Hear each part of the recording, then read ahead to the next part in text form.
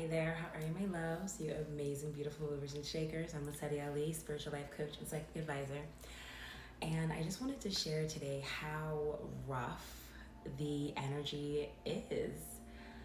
Um, it feels like a real roller coaster, like emotionally and then physically, spiritually. I don't know whether to lay down, take a jog, meditate. It feels really, really weird in the ethers right now.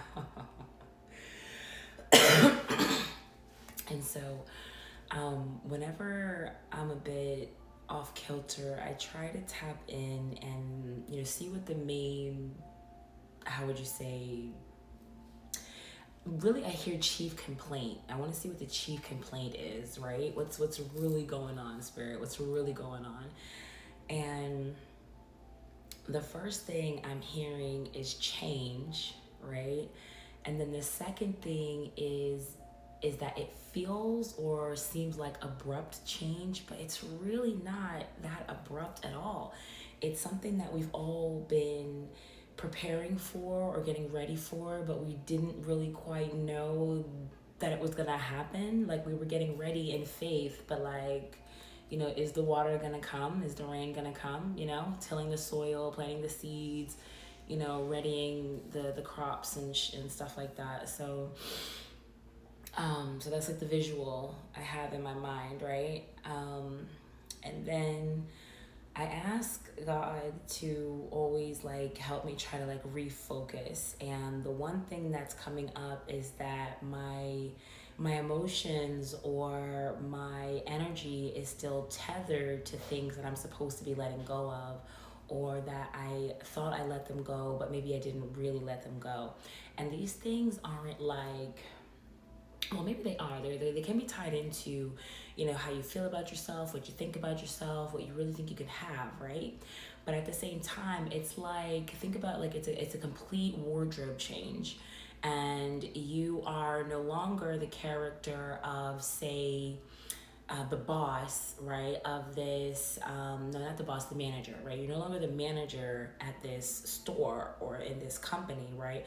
Now you are the CEO of the company. Like that's a really huge change, right? You go from being an employee to the employer, right? You go from maybe, 50, 60K a year to six figures plus, right? You go from dressing business casual to dressing executive material, right? It's a whole change up. And so from the wardrobe to the way you speak, to the way you move, to the way you encounter, interact with people, all of that is changing, has changed, or is about to change if you are in this collective that I'm speaking with. And it feels foreign, right? Because it's already happening. It feels foreign, but we were already preparing for it. We already knew it was going to happen and it was going to come. So I also get this visual of like pruning. I see a maiden pruning a tree, a fig tree, maybe. Those are definitely figs. And I'm seeing these figs that are like, dried up. They never really like did what they were supposed to. Maybe we just left them on the tree a little too long. We're just hanging on for the sake of hanging on, and we gotta snip it. Okay, like that branch is dry. There will be no money flow through that branch. There will be no encouragement through that branch. You might think it's encouragement, but it's not really, okay? And you might think you're getting some type of benefit from this thing, but it's not really. Or these things, I don't know how many, little dry up figs you got to be pruning off over there, but only you know that, right? I know what I know for mine, but only you know that. If you do need to get a little more clarity, please, book a consultation with me. I am not going to DM you. You make sure you let me know you want me to communicate with you in that regard, okay? And we can get some clarity on it. But yeah, so it's definitely, I don't see this being, no, I want to say, oh, it's not a hindrance. It's definitely a hindrance. That's why it's coming in so heavy and so hard, right?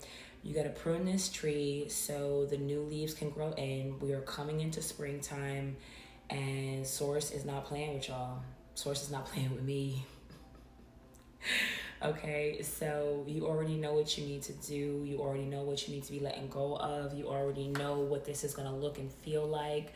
And I think what I really feel like here for a lot of us is that it just feels so immaculate, but who came here to be mediocre? You know, not if you're in this collective. Is no. Right? And then I also have a message about like waiting for the other shoe to drop. Like that's been a part of the anxiety that I've been feeling. And it doesn't really feel personal to me, although it could be if I really took some time with it, right? Yeah. But it feels like waiting for the other shoe to drop, where we see the things manifesting and coming about and happening, right? And we are aware that it's going in our favor and everything's going to look and feel so good, right? But can we trust it? Can we trust it? You know? What we are very much aware of is that when we have, maybe worn our heart on our sleeve, it got broken. When we let people borrow money that they should have gave back, they didn't give it back. When we took that leap of faith to do that move or take that job or do that business transaction or move, it didn't go in our favor, right?